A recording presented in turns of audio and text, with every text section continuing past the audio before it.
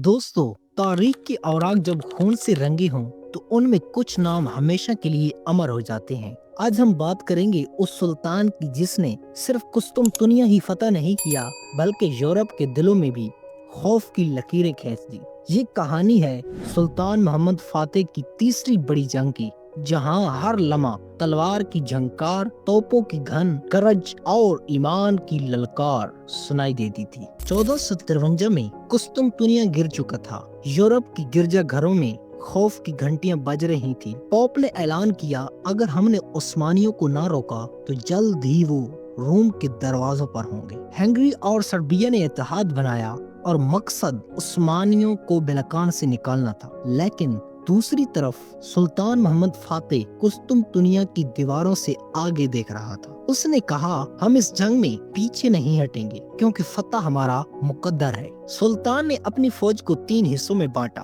तोपखाना, घुड़सवार और प्यादा फौज। तोपें वही थी जिन्होंने कुस्तुनतुनिया की दीवारें तोड़ दी। अब वो बिलकान के मैदानों में दुश्मन को खाक में मिलाने के लिए तैयार हैं। सुल्तान घोड़े पर सवार फौज के सामने खड़ा हुआ और बोला, मेरे गाजियों, आज की जंग ईमान और कुफर के दरमियान है। अगर हम जीते तो इस्लाम का परचम पोप में मजीद बुलंद होगा, और अगर हम शहीद हुए तो जन्नत हमारी मंजिल है। दोस्तों, जरा तसव्वुर करें, बिलकान की घाटियों में सुबह का वक्त है, सर्द हवा चल रही है, जमीन पर धुंध बैठी है, दूर से सलेब के झंडे नजर आते हैं। यूरोपीय फौज की हजारों सिपाही अपने कमांडरों के पीछे खड़े हैं। अचानक गिरजा घरों की घंटियां बजती हैं, नारा लगता है और दुश्मन लश्कर आगे बढ़ाता है। यूरोपीय फौज ने तीरों की बारिश कर दी। आसमान काले बादलों की तरह तीरों से ढक गया। उस्मानी सिपाही अपनी ढालें ऊपर करके खड़े हुए, तलवारों पर तीर गिरते, जमीन पर सिपाही जख्मी होते,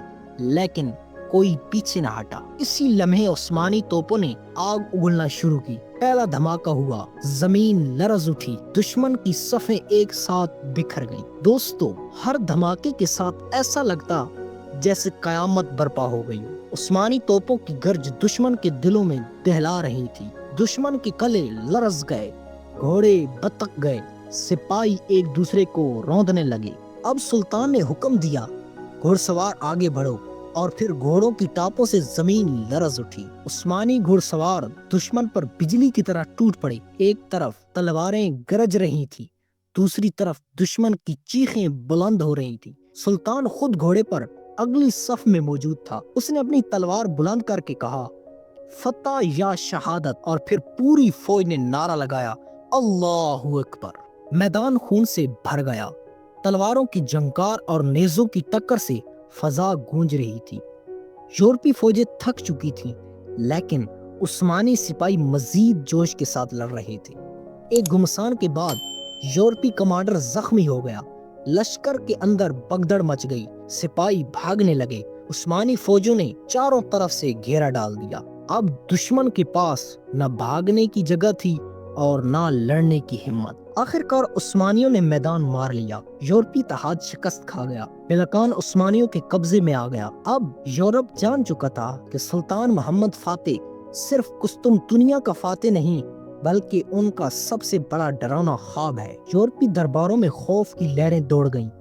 पोप के खत बेअसर हो गए और उस्मानियों का परचम मजीद आगे बढ़ने लगा। दोस्तों, ये थी कहानी सुल्तान मोहम्मद फातेह की तीसरी बड़ी जंग की।